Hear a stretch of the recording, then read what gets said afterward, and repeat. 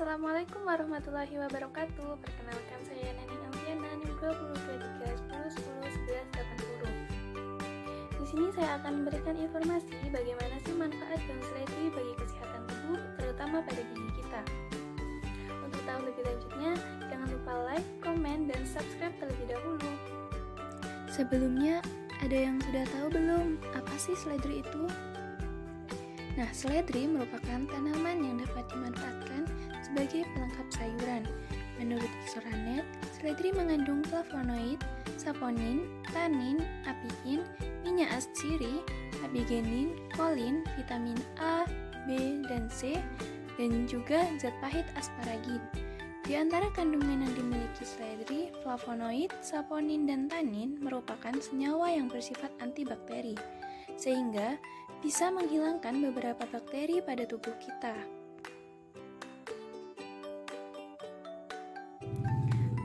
Berikut beberapa manfaat dari daun seledri. Yang pertama, menurunkan kadar kolesterol. Yang kedua, menurunkan tekanan darah. Yang ketiga, mencegah dehidrasi. Dan yang keempat, yaitu mencegah kanker. Dan yang terakhir ini yang akan kita bahas lebih mendalam, yaitu menghilangkan bakteri yang ada pada gigi.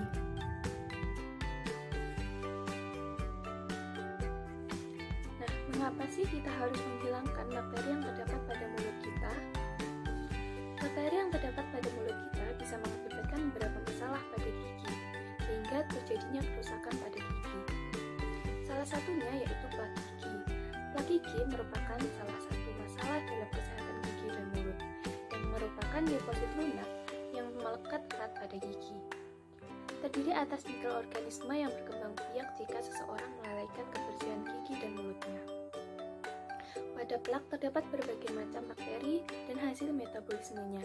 Sebagian contoh, hasil metabolisme karbohidrat pada bakteri asidogenik akan menghasilkan pembentukan dan penimbunan asam yang mengakibatkan terjadinya kalsifikasi dan destruksi permukaan gigi, sehingga terjadilah permasalahan karesis pada gigi. Bakteri plak utama penyebab terjadinya karesis gigi adalah Streptococcus mutans. Bakteri ini merupakan organisme paling kariogenik di rongga mulut karena kemampuan asidurik dan asidogeniknya terlalu tinggi. Bagaimana sih cara untuk mencegah agar gigi kita tetap sehat dan terhindar dari bakteri? Ini beberapa cara yang bisa dilakukan, yaitu dengan cara mekanis dan kimiawi.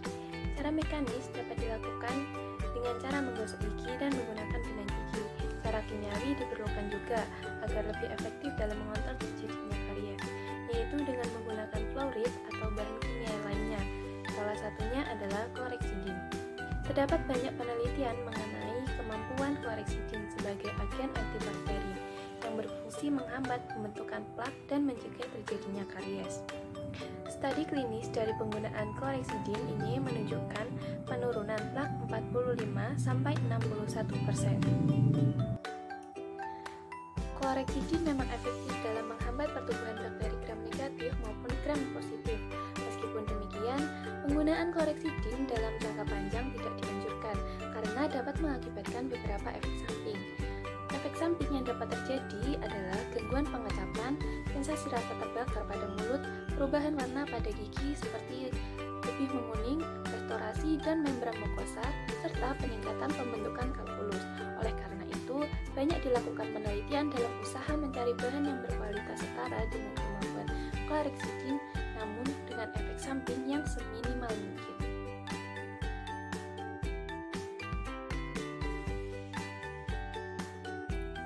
Pada saat ini, para peneliti banyak melakukan penelitian terhadap tanaman-tanaman obat sebagai alternatif bahan kimia yang sudah ada. Tanaman yang dapat digunakan sebagai obat salah satunya adalah seledri atau nama ilmiahnya yaitu Apium graveolens. Seledri merupakan tanaman yang dapat tumbuh baik di dataran tinggi maupun dataran rendah. Di Indonesia, daun seledri banyak dimanfaatkan sebagai bahan untuk penambah makanan. Menurut Ixoranet, seledri mengandung flavonoid, saponin, tanin, apiin, minyak asciri, abigenin, kolin, vitamin A, B, C, dan juga zat pahit asparagin. Di antara banyaknya kandungan yang terdapat dalam daun seledri, ada beberapa kandungan yang memiliki sifat antibakteri, yaitu yang pertama yaitu flavonoid, yang kedua saponin, dan yang ketiga tanin. Mekanisme antibakteri dari flavonoid ada 3 macam, yaitu dengan cara menghambat sintesis asam nukleat, menghambat fungsi membran sitoplasma, menghambat metabolisme energi. Kandungan kedua dari seledri yang dapat menjadi antibakteri yaitu saponin, memiliki kemampuan antibakteri dengan memberikan perlindungan terhadap patogen potensial. Selain itu, saponin akan mengganggu tegangan permukaan dinding sel. Untuk kandungan yang terakhir atau yang ketiga yaitu tanin, memiliki aktivitas antibakteri dengan cara dinding bakteri yang telah lisis akibat senyawa saponin dan flavonoid, sehingga menyebabkan senyawa tanin dapat dengan mudah masuk ke dalam sel bakteri dan mengkoagulasi protoplasma sel bakteri. Nah, berdasarkan literatur yang saya gunakan, hasil penelitian yang telah dilakukan dapat disimpulkan bahwa ekstrak daun seledri memiliki daya antibakteri terhadap pertumbuhan S. mutans, dan konsentrasi terendah dari ekstrak daun seledri yang masih memiliki daya antibakteri terhadap pertumbuhan S. mutans adalah konsentrasi 12,5%. Maka dari itulah daun seledri dapat digunakan untuk mencegah beberapa penyakit gigi yang diakibatkan oleh bakteri.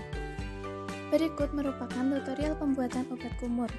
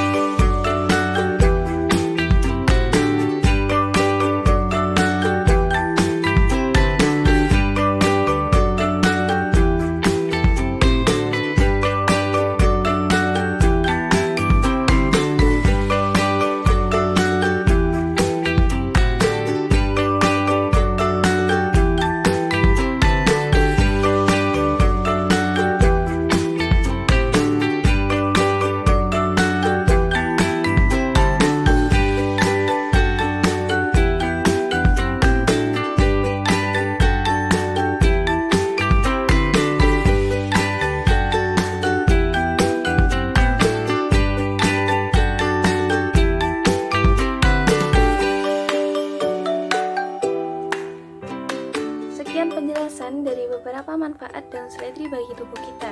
Apabila ada kurangnya, mohon maaf, dan semoga bermanfaat. Terima kasih. Wassalamualaikum warahmatullahi wabarakatuh.